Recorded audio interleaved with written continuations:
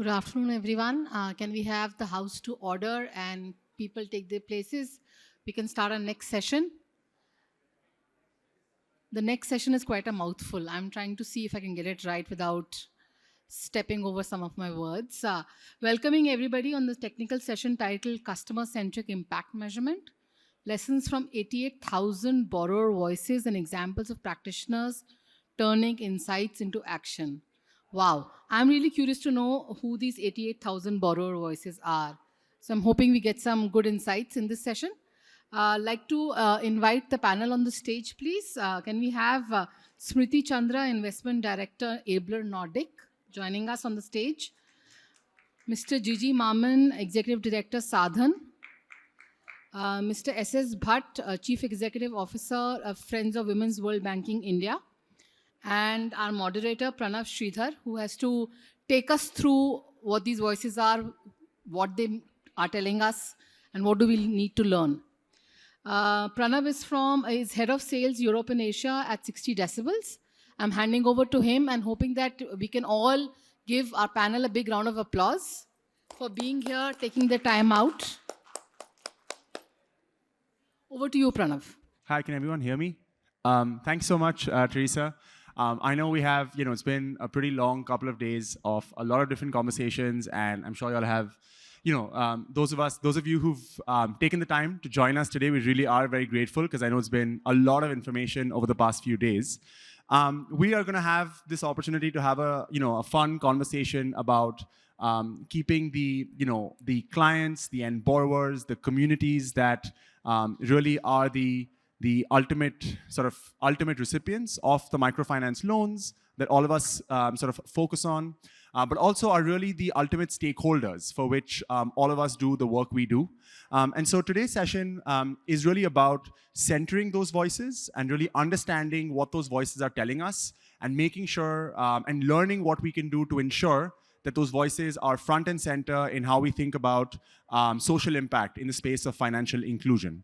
So in terms of the next sort of 45 to 60 minutes, and I'm just gonna keep a bit of a timer. Oh, right, it's already there, perfect. So we have about 48 minutes, which is, I think, ample time for this conversation. I just want to give you a quick sense for how we're gonna go through it. First, I'll just spend a few minutes sort of introducing the Microfinance Index, which is the sort of annual research initiative that we at 60 Decibels conduct. After that brief introduction, I'll sort of allow each of the panelists to introduce themselves and tell us a little bit about who they are and the organization they represent. And then we're going to go into a couple of questions about how each of these institutions uses end client data to sort of inform decision making, what challenges they face, and what opportunities there are in the future. So that's really the time. For those of you who are here, we really do appreciate your taking the time. And if you have any questions, please let us know, and we'll have some time at the end for them. Actually, to just kick us off, I want to give everyone a quick introduction to 60 Decibels. We are a social impact measurement company.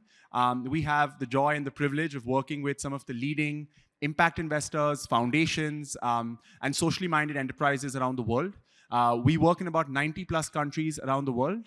And what we do is we basically help organizations listen better to the communities that they serve. So through a network of about 1,600 plus researchers in these 90 plus countries, we essentially conduct local language phone interviews to capture the lived experience of borrowers of financial institutions, farmers who receive agricultural services, off-grid energy sort of customers who receive a solar home system or a mini grid connection.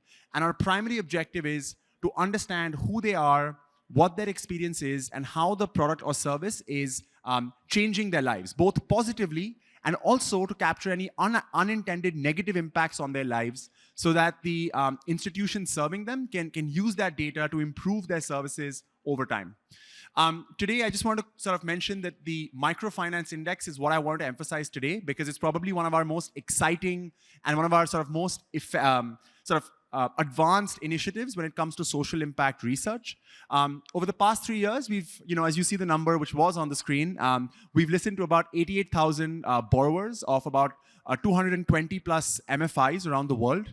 And what's really fantastic is that in each of those cases, we use the exact same interview, which includes about 38 questions asking about who they are as well as the impact of the microfinance loan on the borrowers, on their household, on their financial resilience, on their ability to sort of spend on essential services, as well as questions around client protection and understanding whether they've experienced any kinds of negative or sort of malpractices throughout their customer journey with the MFI. And the goal, therefore, is to understand both what the positive impact of microfinance is and financial inclusion is in a very quantifiable manner and comparable manner, but also identify potential risks of microfinance, because it's something that we're all, those of us who've been in the sector for a while, know that while there is impact potential, there have been many instances when, either due to over-indebtedness or predatory lending practices, there have been problems which have actually minimized the potential impact of microfinance. And so that's what the the research tries to bring out. And we have the privilege of working with some of the folks on the panel. Abler Nordic and Smriti will tell us more about their vision for microfinance and their vision for social impact and how client voice comes in. We've also worked with Women World Banking in previous instances of the index. And so really keen to hear from, obviously, a veteran like Mr. Bhatt about that. Mr. Mamin as well, I was just, chatting with him earlier today, and it's just hearing from him about the evolution of the microfinance industry in India, and what the evolution of end client perspectives and how they've been incorporated is something we're really excited about. So I'll be sharing a little bit more about the index over the next couple of questions as I introduce them. But with that, I'm going to hand first to Mr. Bhatt, perhaps, to introduce himself. Obviously, I know you've been on previous panels and most of us know you, but would love to have an introduction about, both yourself and the work of Friends of Women's World Banking. Thank you. Good afternoon, everyone.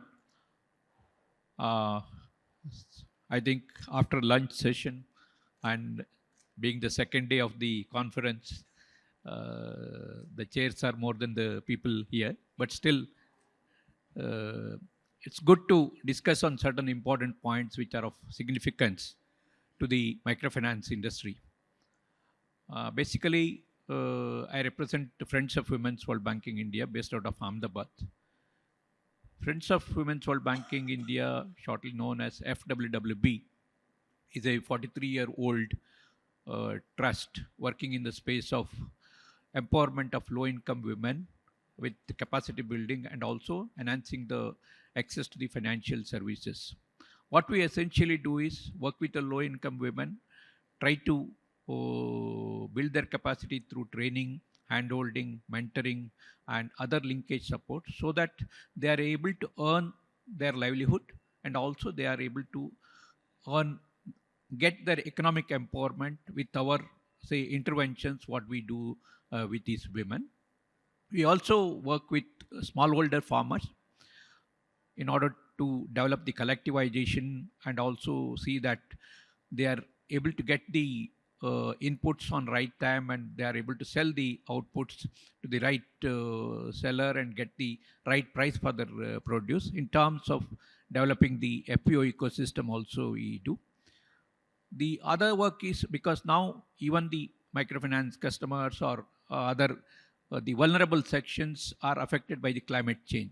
We thought that when we are working on agriculture and microfinance, I think understanding the impact of climate on the lives of these rural people, we also work on the climate change and building climate resilient agricultural practices for the local communities, and also transitioning the nano enterprises from the traditional enterprises to a green enterprise type of thing, so that we bring them the education and see that how they are able to transition to follow certain methods, become a green enterprise later in that way. And unlike other NGOs or trusts, we have a unique model wherein we have the catalytic credit facility also, where we try to assist the new to credit customers or the nascent organizations to build them the credit history, so that they are able to, one, if they are not able to borrow from the mainstream financial institutions, we are there to help them and create credit history for them. And they can go later after 2 or 3 cycles of credit with us, they can go to the mainstream financial institutions with their transaction history, credit history, and even sometimes credit rating also. In that way, we cover the under that, wash lending and the solar lending is also there, and enterprise loans also there in the microfinance sector. Uh, in that way, FWWB is an organization. It's supporting the women in all the areas, agriculture or enterprise or anything. Our focus is gender. Now we are bringing the climate also in that area, so that we are able to address the relevant problems of the. Basically, we work with the microfinance institutions for the even mobilization, developing the capacity, and also giving the credit. Yeah, I am basically a banker, having spent about, say, 35 years in the banking system, public sector banking system in Canara Bank. Then I moved to Ananya Finance for Inclusive Growth, which is one of the wholesale lending arms, which was assisting again the smaller MFIs in Indian context. And FWWP is one organization which has built the microfinance sector over the years. The transition from NGO to NBFC MFIs was handled by FWWB in terms of building the capacity of these organizations, and also trying to see that how they can get funds. And almost 130 microfinance institutions have borrowed first from FWWB to develop their business. Yeah, that's what is our role in this field. Thank you. Sure. Thanks, Pranav. I represent a fund called Abler Nordic. We are a Norway-based impact fund focused on financial inclusion as a single mandate. We have been investing in India since 2010, starting off with microfinance institutions as our focus segment. And now we have broadened it for investing in financial inclusion, which also includes MSMEs, affordable housing companies, fintechs, etc. We manage about $370 million asset under management, half of which comes to India. And we have invested in 13 companies so far, mostly in the microfinance institutions. And I've really seen and lived the journey of various institutions since 2010 to now, various cycles that we have gone through, and the evolution that the industry has seen in our country is pretty visible through our portfolio companies. And coming specifically to something like 60 decibels, I think we have for long struggled how to measure the impact that our money kind of delivers. And there's been no straightforward answer. Collection of data has been extremely difficult. But with 60 decibels, I think it's a great start. And the kind of results we're seeing from it, now having participated through our institutions for 3 consecutive years, I think it's a great start to at least start tracking what a microcredit can do to a household and a women borrower. And we're very excited about it. Thanks, Pranav. In fact, I'll start with, first of all, complimenting you, 60 decibels, for the kind of work you're doing. In fact, in microfinance, one of the major deficiency, I would say, is that we all talk about the impact, but there is nothing to show us impact. There is no documentation as far as impact is concerned. We all know anecdotally so many things have happened, but when you ask for some kind of a concrete proof or some kind of evidence, not much is available. So in that way, I'm really happy that you are doing that good job. In fact, we also, as Sadhan, we also initiated some study on understanding the impact of the microfinance on the lives of the people. The study is still going on. It's being done by IGIDR. It's a study where they have gone and interviewed some 6,000, 7,000 people. So let me come to my the task asked to me to do is to introduce myself. I am Jiji Maman. I am CEO and Executive Director of Sadhan. Sadhan is an organization, is an association of microfinance institutions.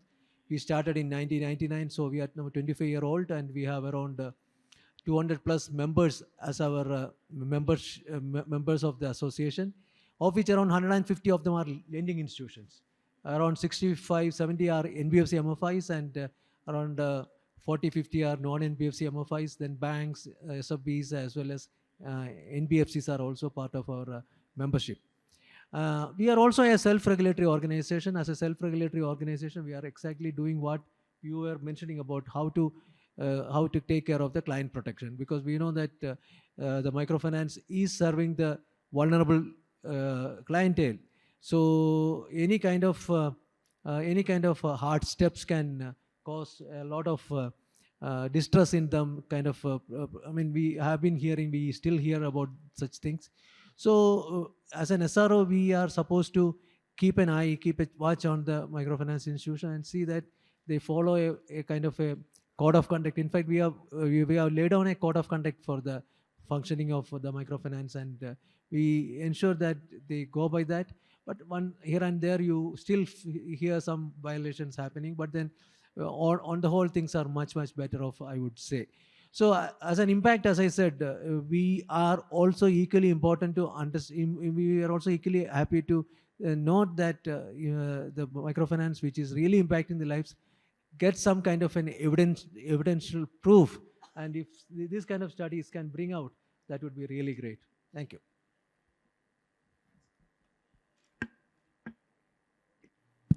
Thanks so much to all the panelists. I'll just go in reverse order, Gigi. Firstly, thanks so much for those kind words. I think we are very excited to be able to bring, first and foremost, the end client, end customer's perspective to make sure that we're constantly improving and developing the inclusion and the impact of the sector at large. So thank you for that. And just also to sort of quickly summarize, I guess, one of the objectives of this panel was to have multiple perspectives. And just to summarize, Gigi, it's great to have, and as we ask you the next couple of questions, to come from the sort of self-regulator perspective, the ecosystem builder perspective, and then Smriti from the investor perspective to really hear, just to understand the diversity of the panelists is, I think, interesting, where, obviously you've been operating in the microfinance space as an investor for the last close to 15 years now. And then, Mr. Bhatt, you talked about, Women's World Banking, Friends of Women's World Banking being among the first in sort of actually providing credit to some of these institutions, many of them, and sort of setting the stage for the sector in India. And so, firstly, just thank you for those introductions. And of course, thank you for taking the time for today's panel. I guess, as the sort of topic suggests, really the thing, the question that's top of mind for us at 60 decibels and for a lot of the folks in the room is, Maman, as you mentioned, there's a lot of talk about microfinance, and there's also, it's relatively easy to understand the rapid growth and scale in terms of the number of loans disbursed, the number of customers reached, the number of men versus female borrowers, the number of or even getting a sense for things like PAR 30 and the over indebtedness levels in the market, right? But one of the things that's a bit harder to do, as you mentioned with the study that you're also commissioning with IGIDR, is actually getting the lived experience of the communities in a way that can help us both understand where we need to redouble our efforts to increase impact and where we need to be more cautious and proactively mitigate risks to prevent things that have happened in the microfinance sector in the past, in India, in Cambodia, in other countries, and ensure that we're constantly creating inclusive growth. So I guess my first big question to you, and maybe we can go in reverse order this time, and Mr. Maman, since you have the mic and since you took the last comment, I guess my first question is, and you could share your perspectives both from Sadhan, but also from your sort of tremendous experience in the microfinance space, what are some of the ways in which you've seen end client voice and end customer voice be effectively integrated into how the sector has evolved? So specific examples or ways in which the end borrower is included in decision making. See, in microfinance industry, there is a customer grievance redressal mechanism has been very well laid down. And in fact, it comes from the Reserve Bank of India's Fair Practices Code, where they very clearly mentions that every microfinance institution should have a clear-cut policy on customer grievance redressal cell. So generally, in case of microfinance, the customer grievance redressal mechanism involves, first of all, having a proper policy laid on by the boards, because the board has to own and they have to show their commitment as far as customer grievance redressal is concerned. So there should be a clear-cut policy laid on by the board, which talks about how the company or the institution should behave as far as a customer grievance is concerned. What are the channels of receiving the customer grievance, and how the TAT should be, what should be the turnaround time, and how it should be monitored, how it should be reported. All these things are very well laid down in the in the policy itself.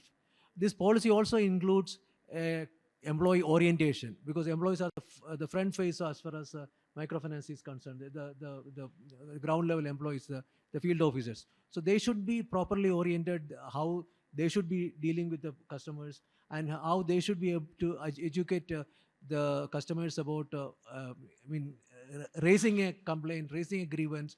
So that is one important aspect of it. Second part is that customer education. Customers shouldn't be, because they are all, we know that they are all from the lower strata of the society, may not be very educated.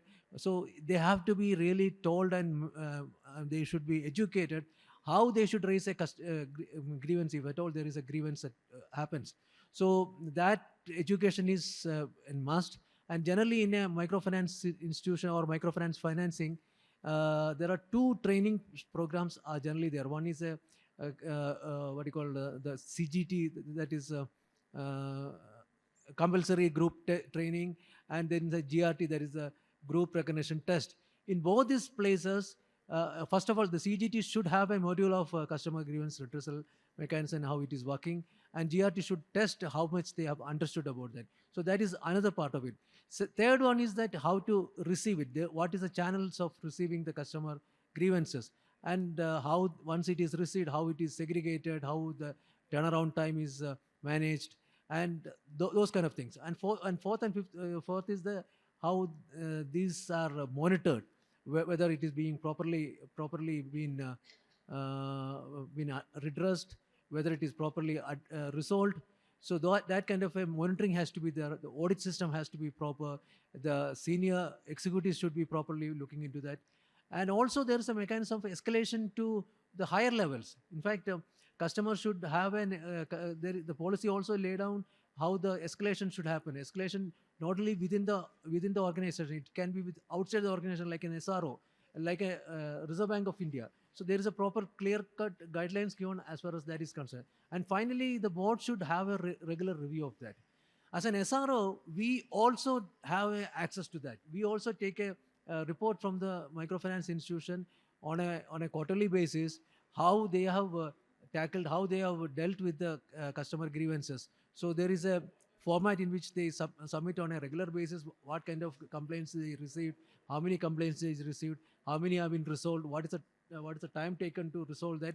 So that kind of a regular monitoring is done at the SRO level also, and we also keep reporting to the Reserve Bank of India. And wherever we find that there is a kind of a number of grievances are more in a particular area, we also caution the institution to take care of that aspect. So the kind of the inputs from the customer which we make use of, as you asked, would be to see if there are any kind of a particular grievance is larger in a particular institution. We can caution them, and we can ask them to make the remedial rectification as far as their policy or their process are concerned. So this kind of a mechanism is very firmly working as far as microfinance is concerned. Fantastic, Mr. Maman. Thank you so much for listing those out. So if I was to quickly summarize it, you mentioned, of course, the RBI's Fair Practice Code and everything that goes into that. The piece around education and both the group training as well as the group test as a very important mechanism to check that actually customers understand things. And last but not least, modes of escalation from the institution to the SRO to the actual RBI directly itself.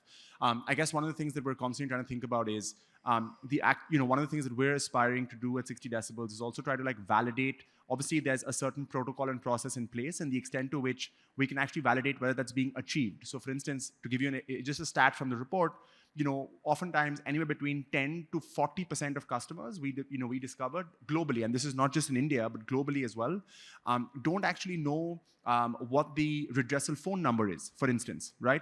And so while it's in place, one of the key questions is how do we as a sector keep moving the needle on moving from practice to outcomes, but fully hear you that the starting point is those elements, and then actually having, like you said, the ways and the analytics to make sure that if the grievances are going beyond average or beyond benchmarks in a certain region, how you can warn the institutions to be proactive in managing those concerns. So really appreciate those perspectives. I just missed out saying that, in fact, there's a toll-free number given, and that has to be exhibited in their branches. In the branches. It has to be mentioned in their loan credit card. Yeah. Everything is very clearly well down. Even the escalation also mentioned in there. Right. Even the grievance redressal officer of an SRO or RBI also mentioned there, and their numbers are also being given there. Right. Their email address, when the kind of channels which they use. Absolutely. Great. Smriti, if you want to take the mic next, and given, obviously we heard from Mr. Maman on the sort of on the regulatory and ecosystem perspective.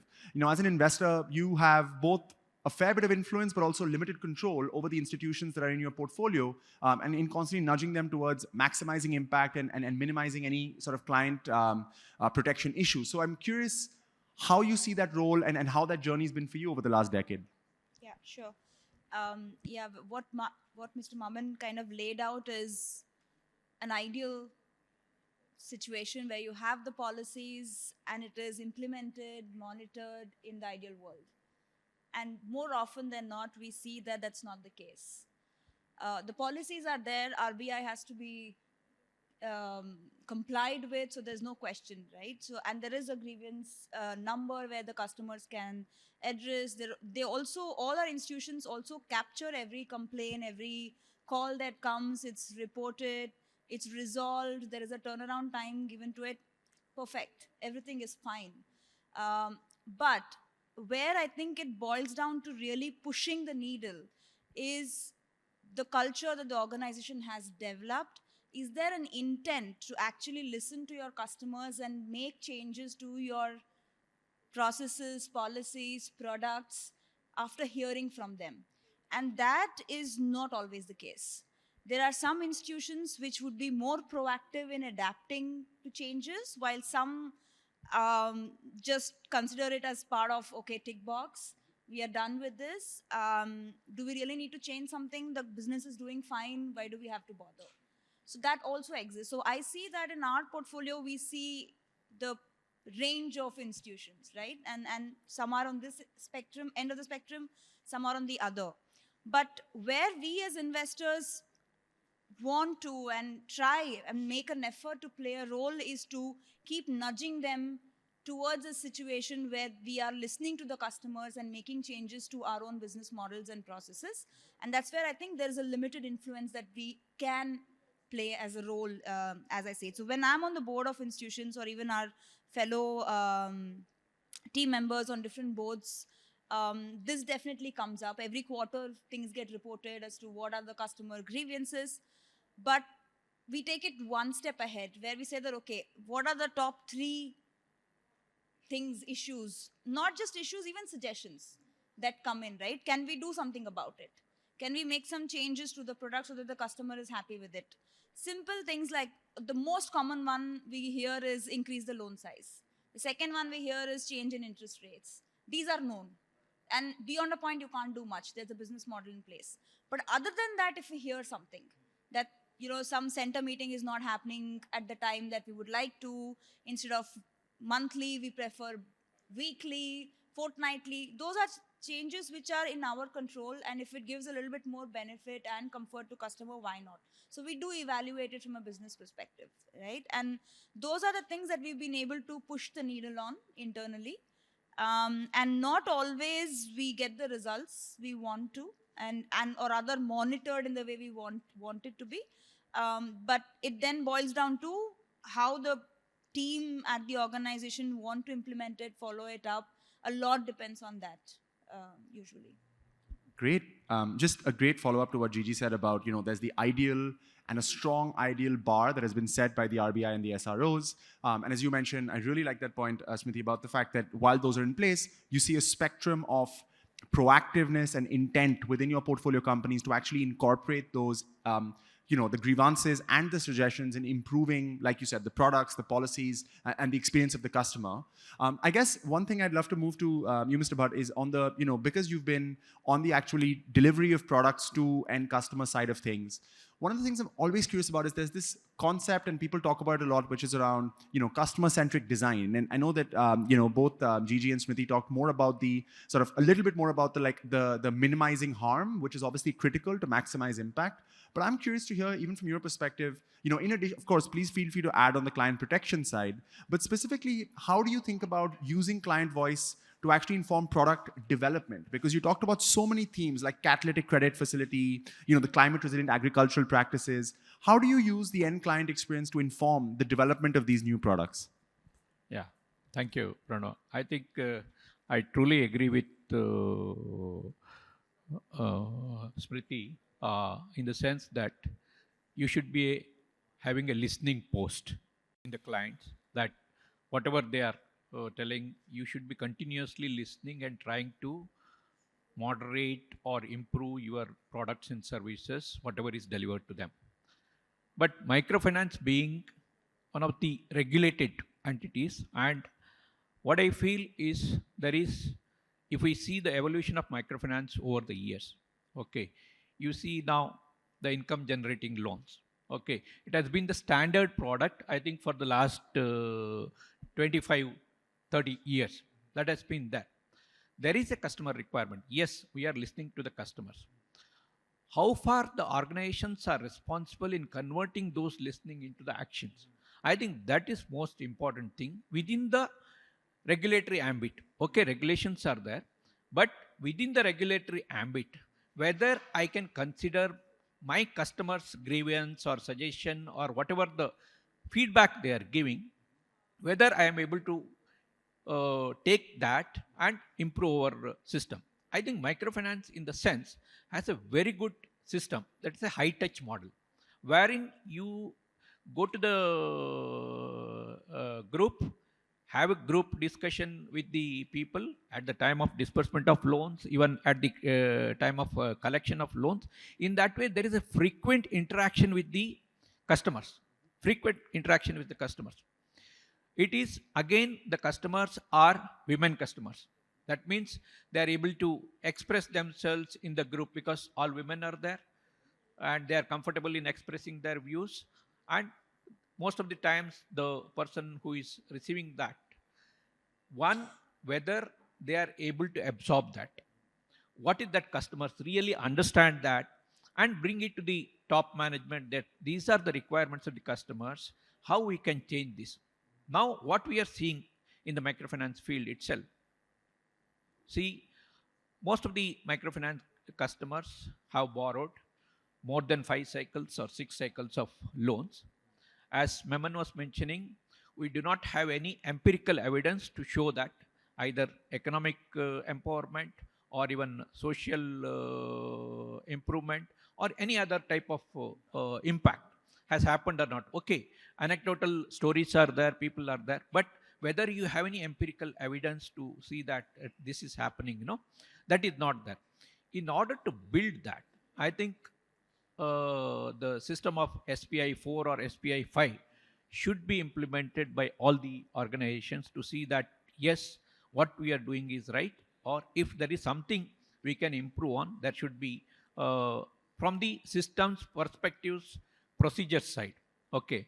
The second thing is on the product side. What is happening is you are getting the feedback, but now with the change in RBI regulations, there is a freedom for the MFIs to develop the newer products.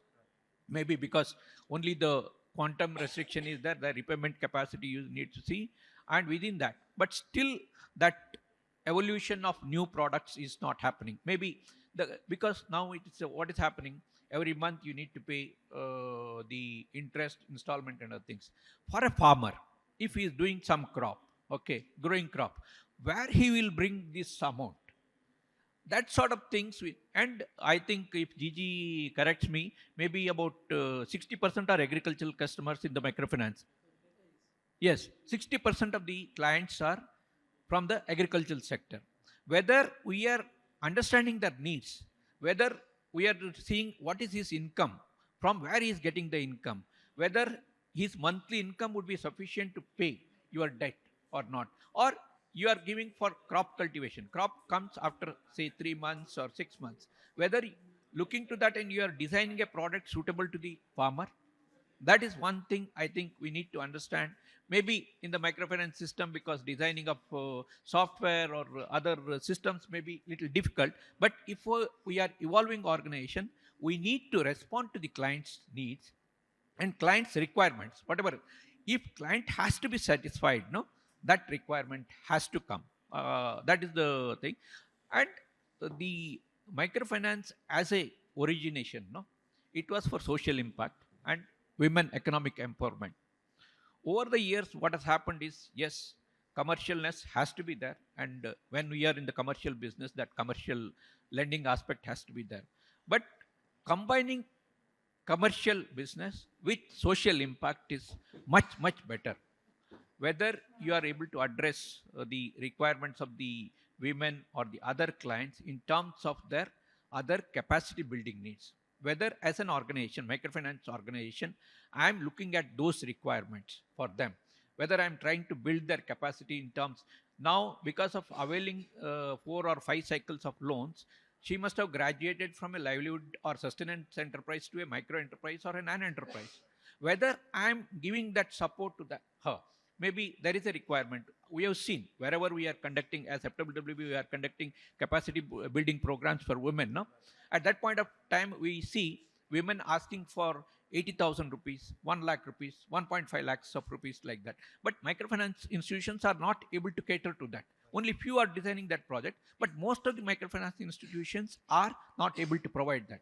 We need to provide, find out some other third agency to provide that credit within the available restrictions. Whether these graduated customers, everywhere you will see after 5 cycles and after their businesses, you know that these are the customers who have graduated from this level to this level, whether they could be given a differential treatment in terms of developing their business, in terms of giving them support services, in terms of giving them the linkages, either credit linkage or market linkage or technology linkage, these type of services, whether we are trying to provide. I truly agree that, see, microfinance institutions are pure finance in the finance business. But considering the overall ecosystem and the client we are targeting, I think these things have to be kept in mind when we are lending to these last mile customers. Yeah. Amazing. Thanks so much for that, Mr. Bhatt. And I just want to sort of synthesize a couple of things you said right from the beginning, where you talked about the fact that the advantage of microfinance is that it's a high-touch model, predominantly focused on female customers, and really having the end, sort of the agents really being customer-centric and understanding their needs can then inform a bunch of the ideas you described, like having products that's focused on the agri life cycle, or having those that actually help them graduate along the financial journey spectrum, and have other institutions come in and provide products when, say, a traditional institution might not be able to do that. So very, very well noted. I'm conscious of time. We have about sort of 13 minutes to go. So I'll just sort of merge the last two questions and then maybe leave a few minutes in case anyone has any questions. But one of the things I'd love to hear from the panel, and maybe I'll start with you first, Smriti, is around the challenges and opportunities that lie ahead from a client centricity perspective, right? So you talked about how, from an investor's perspective, you on the board are trying to constantly, nudge and identify, beyond the things around loan size or interest rates. When you hear suggestions, you actively incorporate them or nudge your portfolio companies to incorporate them in the design for the future. Based on what you've seen over the last decade at Abler, and looking ahead to the next, perhaps 5 years or so, given the advent of things like digitization, the advent of AI, but the extent to which that actually applies in your segment, what do you see as some of the challenges, but also opportunities to incorporate client voice effectively in financial inclusion going forward? Sorry, there's one right here.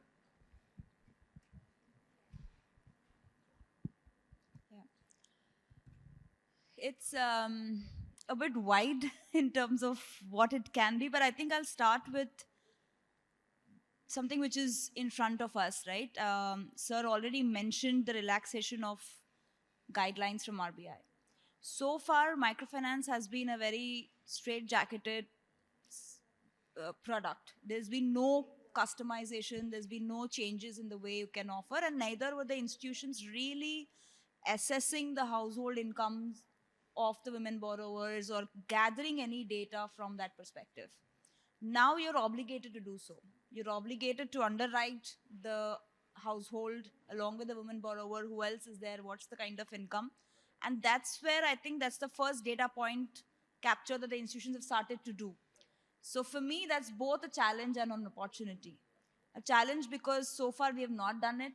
So how do I capture it right? And is everybody looking at the same data, or people are assessing households in their own way, which is where we are today in terms of where we've landed as a sector, right? So there are different ways of assessing, but then I believe that uniformity will come in at some point. But that's the start point in terms of then figuring out how the household is moving along the year in terms of their income patterns. How much are they able to actually take on as a loan? And that loan is, as sir said, when do they need it, in what format do they need it, in what repayment schedules do they need it. So a lot can be designed according to the income patterns of the household. That's the evolution. We are still several years away, I think, but at least there's a starting point for the institutions to start thinking about and gathering data. And for me, that's both an opportunity and challenge today as far as the institutions are concerned. Even for us as an investor, I think we've been talking about capturing this data just to validate that a microfinance credit can actually support households. That has always been just empirical evidence, right? There's been no tangible, as sir said, there's been no tangible evidence to say. But starting off with a survey like yours, we now know that in our portfolio, every year, 5 to 7 institutions undergo the survey. So over the last 3 years, we now have almost 10 of our portfolio companies we've tracked. And there we know, basis at least the 3,000 to 4,000 borrowers that we have interviewed through 60 decibels, is that 30% of them have come back and said our income has significantly increased. Another 40% have come back and said it's slightly increased. So that's indicative enough. And that data, if we actually start capturing at every institution level, every borrower level, you can only imagine the kind of products that can be designed. And there is no then limit to it, right? Like you can define different things for different customers. There are artisans who get orders only in festive season. So how do you provide that working capital during that period? Agri, of course, is very straightforward in terms of its seasonalities.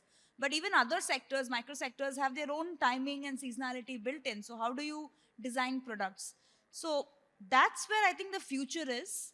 And just in terms of processes as well, I think more and more when we go to the field, we do regular visits to our customers, branches, and what we hear from the loan officers and the customers corroborate with what the outcome of these 60 decibel survey is, or what we hear as customer grievances. So it's a triangulation of different data points today. But to make it more evidence-based, it's for the institutions to capture this in a very streamlined format so that they themselves evolve into designing products which are actually relevant and required by the customers going forward. Thanks so much for that, Smriti. I just think those very specific suggestions of the chat, and I think that's how I often find them as well, which is that challenges and opportunities kind of go a bit hand in hand. And what you described, which is many of these institutions may or may not have the capacity and the capability to sort of collect this data for all of their borrowers. And so building that capacity to be data-driven at the household level and underwriting not just the customer, but the household is an important shift, as well as you say, designing products that are more customized, tailored, given sort of the slight relaxing of the RBI regulations is definitely something that's on the horizon. And sorry, just because we're data nerds at 60 decibels, we're always big fans of triangulation. So when you talk about multiple your site visits, our data, any self-reported data from the MFI coming together to help paint a similar picture, but also identify where there might be an actual gap, is a great way that we often encourage our partners to sort of use the data, because no one source will give you the whole picture. And that's helpful to hear as well. I guess, Gigi, would love to hear sort of your final thoughts maybe on the, given the way you've described the history and the evolution of the Fair Practice Code and the RBI guidelines, what do you see as potential like regulatory, either from an SRO perspective or an RBI perspective, how you see client voices and client protection being sort of evolving in terms of the codes over the next maybe 3 to 5 years? Would love to hear your perspective on that. Yeah. See, as regards client protection is concerned, there has to be a closer scrutiny as far as the institution itself. It's not that only that it should be left to the implementing units, that's the branch level units, to take care of that. There should be a proper audit system, or the audit system should be more stronger, and should be looking into it much more closely. So that's what I feel. That's how it can be taken forward. As regards the opportunities and challenges which Smriti discussed about it, I do feel that the traditional microfinance is almost coming to an end of it. See, it's a time for us to start rethinking about the microfinance itself.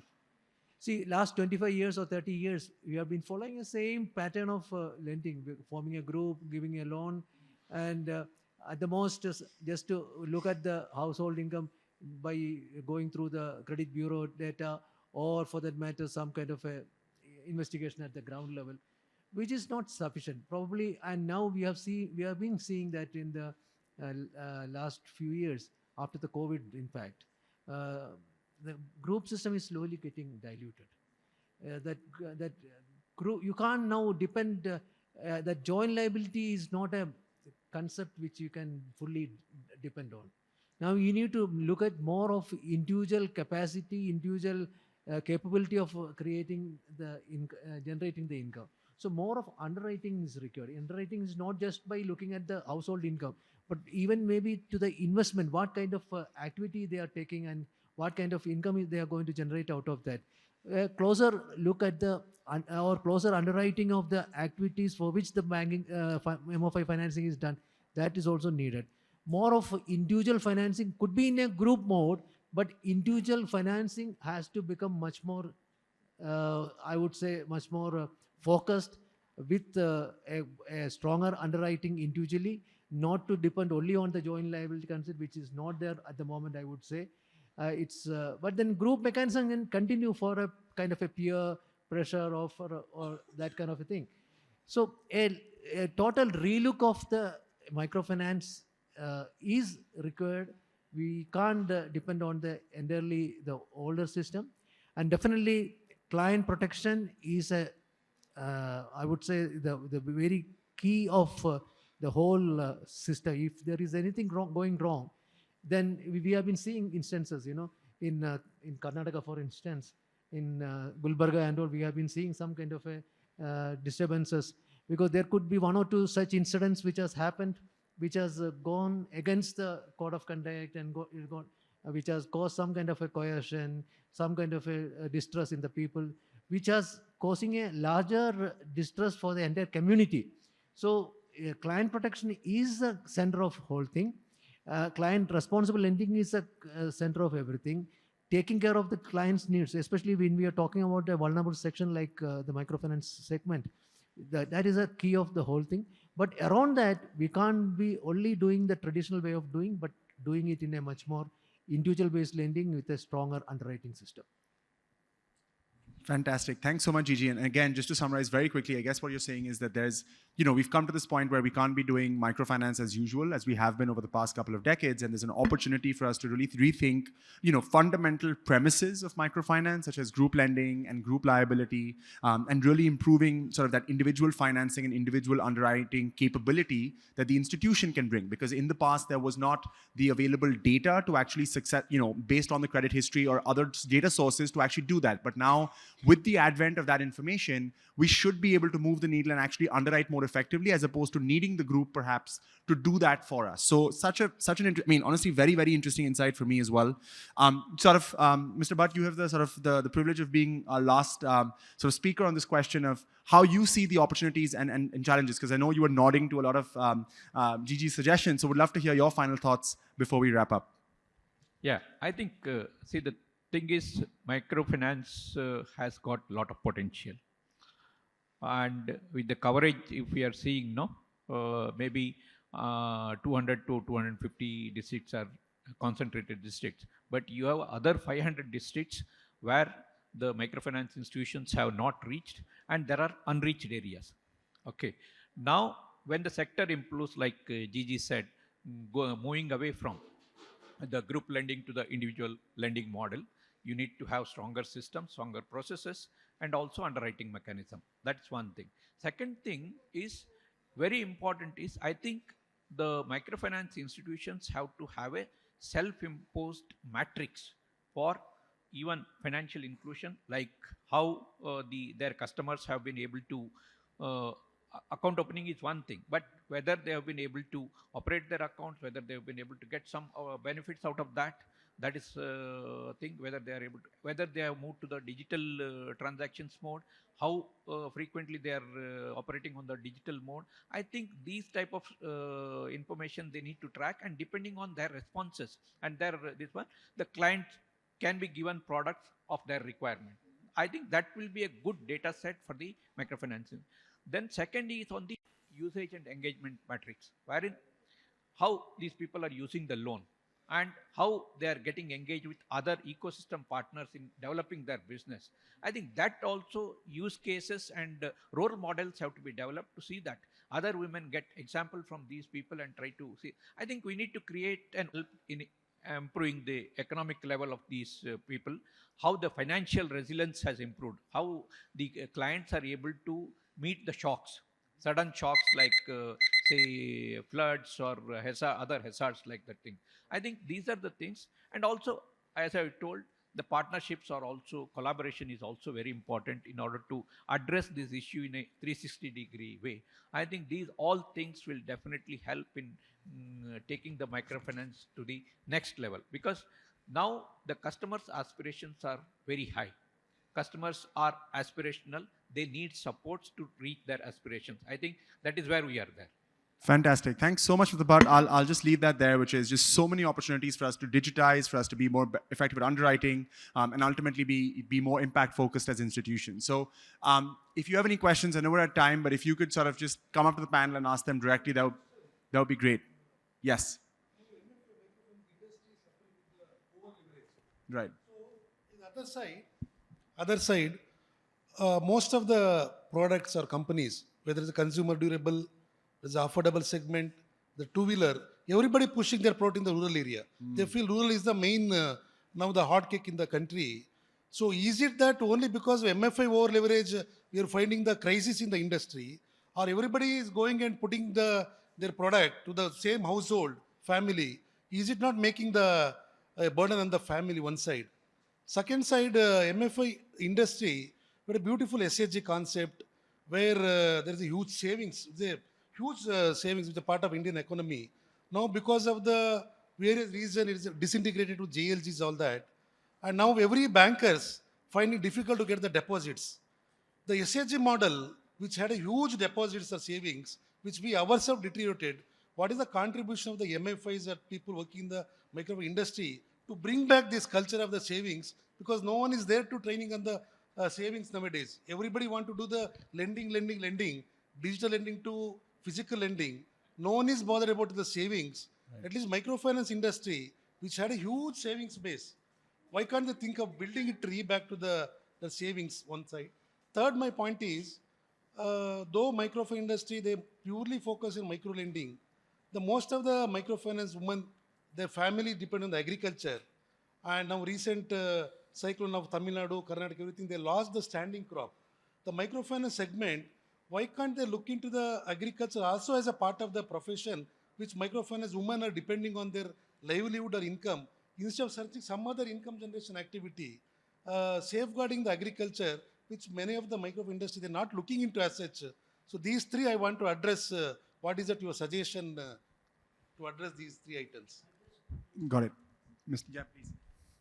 See, regarding your over leverage, you said it is right. When you say microfinance over leverage, it doesn't mean only the microfinance loans. It is a over leverage happening because of all kind of loans coming to him. So assessing the credit liability, it's not only relating to the microfinance loan, it is a comprehensive assessment has to be done. Whether he has taken a housing loan, whether he has taken a vehicle loan, whether he has taken a retail loan. So entire thing has to be captured, then only it becomes perfect. That is number one. Number two, regarding your the savings part. See, MFI as such cannot take savings. So there is no question of, although MFI wants to, MFIs have been clamoring for allowing savings. It is allowed in many other countries, including Bangladesh, Cambodia, Southeast Asian countries, and all it's allowed.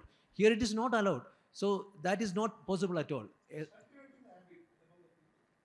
thing in that, there are just on the savings part, I think I have seen some of the MFIs tying up with payment banks, wherein they are trying to raise the liabilities from these MFI customers. One is MFI is providing the loan, they are trying to keep the deposits. Payment bank is trying to. I think there are 2-3 arrangements where the MFIs have undertaken arrangements with the payment banks, wherein their customers can.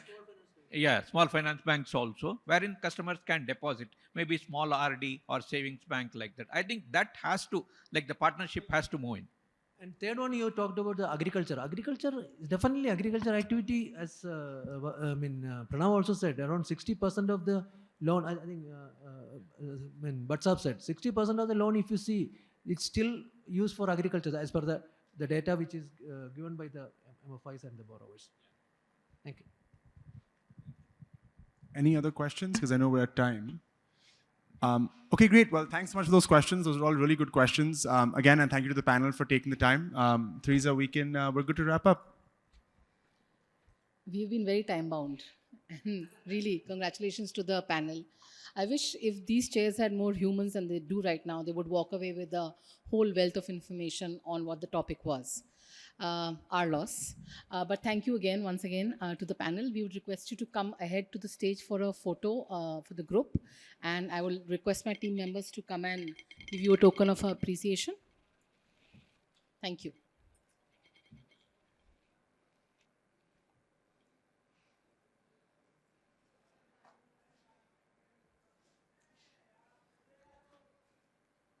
We have a networking break right now for 15 minutes. And then we will be back for the plenary at 3:45 in Hall B. Now it will all become one hall, right? Yeah, yeah. In Hall B. So everybody please enjoy your cup of tea, coffee, whatever your poison is, and look forward to having you back. Thank you.